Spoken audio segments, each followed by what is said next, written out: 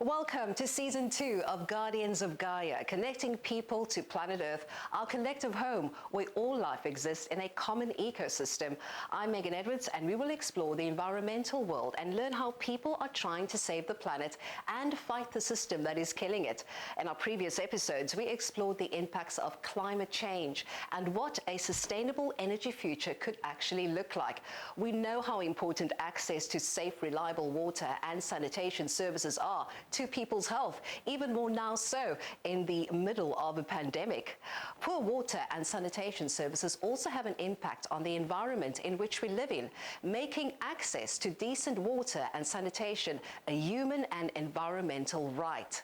With South Africa being the 30th driest country in the world, it has been predicted that the demand for water will outstrip supply by 2030. Access to water is a serious problem which will worsen with climate change as the frequency and the severity of droughts increases. Now stay tuned with us here on Cape Town TV as we unpack the challenges of water and sanitation in South Africa.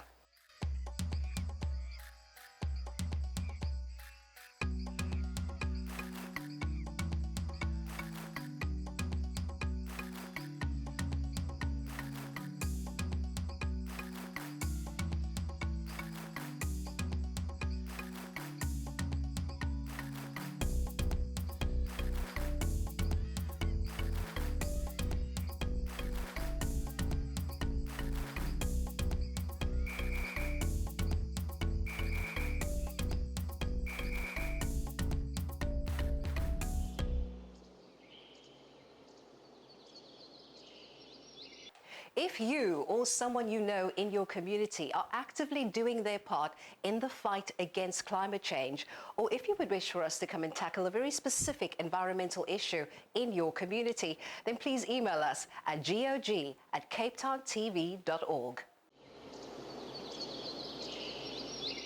In this episode, we'll hear from the Department of Water and Sanitation and the City of Cape Town about the impact vandalism is having on water and sanitation infrastructure. We also hear from communities about the effects of poor water and sanitation service delivery and what they think some of the solutions could be.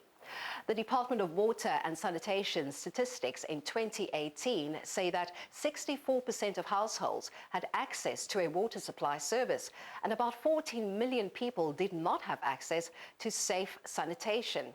Let's hear about water and sanitation problems residents are experiencing. My area has been there since 30 years now. It's an informal settlement. It's only 5 years with the electricity now, no developments, toilets, a pit-pot toilet, it's a bucket system toilet, the communal taps, there's no street, no street light, no school, nothing.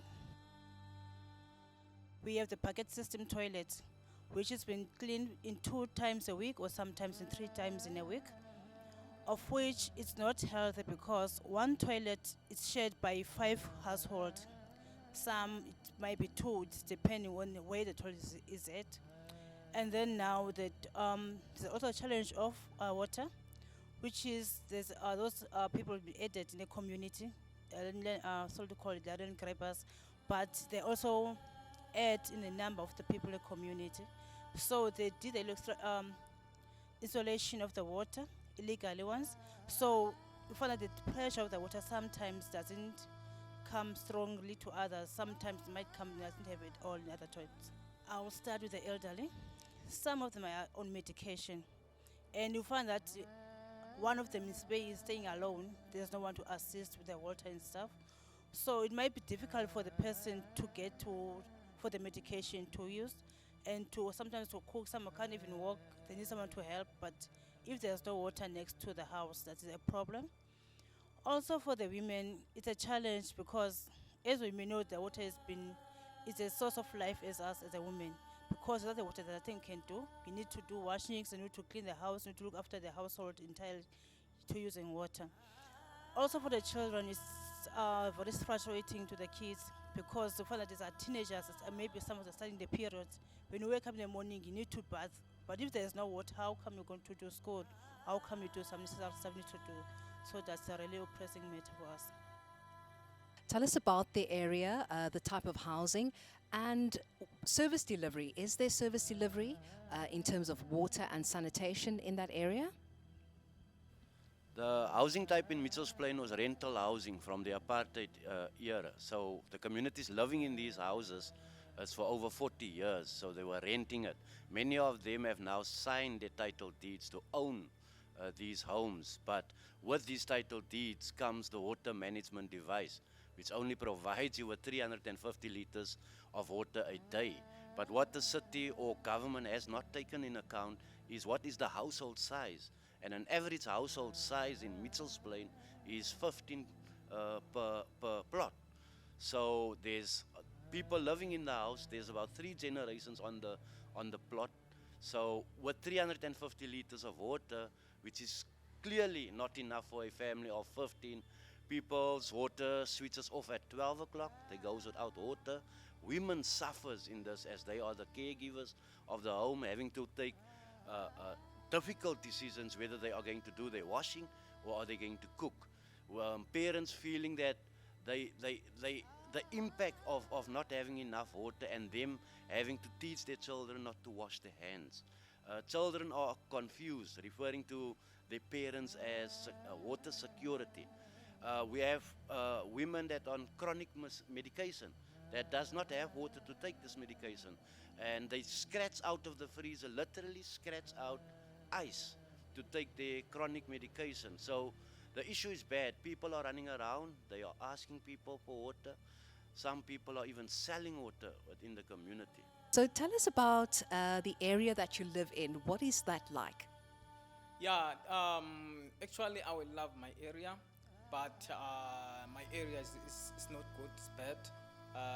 When you look at, you need to clean, the water is dirty. Many times we call the media because we don't see the service. The water and sanitation is affecting us because now we say there's a summer. This mailing, they come with the community, and then the kids, they get some infection like shingles because they get that smelling came that on that water, on the dead water. This is very bad now because you see now there is a shack, they call the COVID places. If you look at here, these places that are running the water, there's a lot of dirty place, plastic, everything. Sometimes you find the people that are dead, people that maybe they kill that people and then they're dumping there. And then you find out that this water, the kids, they go there to make swimming there. This is the bad place. Yeah. Some of these houses is a shack. Yeah. So people, they are struggling to get water because there's a new places like COVID. And then now we find out they're struggling to get water because the truck, they don't come. And then now the people, they end up making their tap himself. Yeah, and then there's a lot of leakage water because they come in that tap that people, they are making. Yeah. Are there any water and sanitation problems or issues in Makaza? We do have problems with water and sanitations. In my house, I do have a tap and a water management device. Girls' and women's relationship with water is different to that of men because of the patriarchal roles assigned to us, like cooking, cleaning, and care work. And because of our different biological needs, this makes access to water and sanitation an important gender issue. National government is responsible for the management and protection of freshwater resources and the maintenance of bulk water supplies. Our Constitution enshrines the right to have access to sufficient water, and it is the duty of the national and provincial government to monitor performance of local government. So let's watch how Esekilani proposes how municipalities could spend their budget to increase delivery to informal settlements.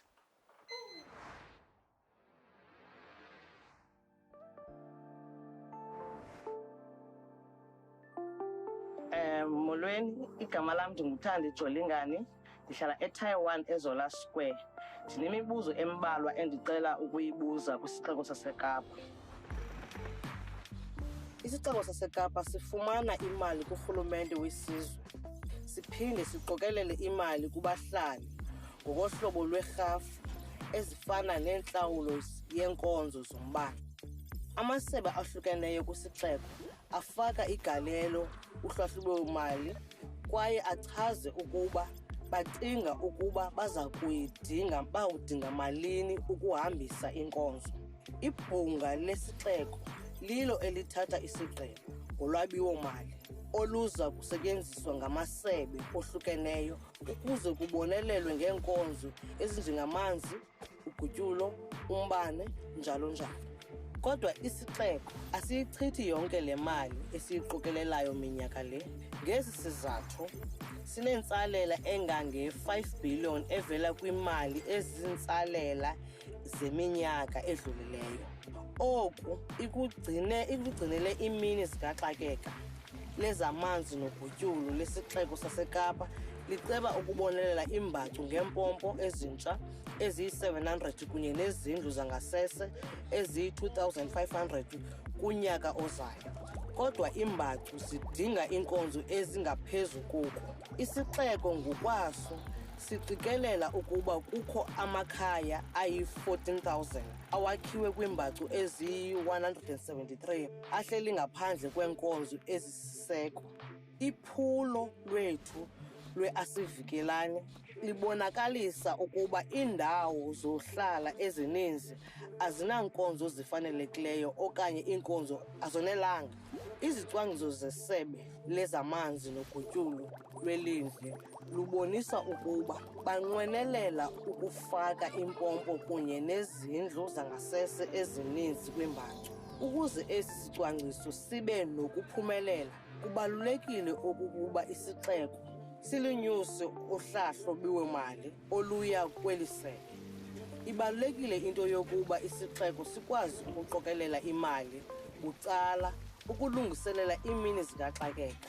Kodwa umbuzo omileyo ngowokuba ubhubhane we-COVID ayingona umzekelo wezi mini zikaxakeka bekulungiselelwa zona na?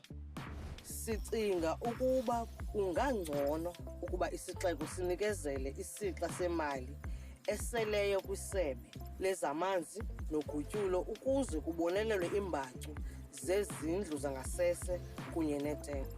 Nokuba isixeko siyaluphinda ulwabiwo-mali kwinkqubo yamanzi nogutyulo kumatyotyombe, oku kuya kuba sisongezelelo kwizigidi ezingama-32 kwakunye nama-500,000 kulona unyaka. Isixeko singathatha oku koovimba baso kwaye sishiya i-5.2 yezigidigidi ukuhlawulela ezinye izinto kwixa elizayo. Oku kukunyuka okuncinci kulwabiwo lweenkonzo ezisiseko kuya kwenza umahluko omkhulu kubomi bethu. Esona sicelo sethu kwisixeko saseKapa ukuba singene kwipokoto yoovimba baso ukuze baphucule ukufikelela kwethu kumanzi nococeko. Nazi iimini zenkxwaleko.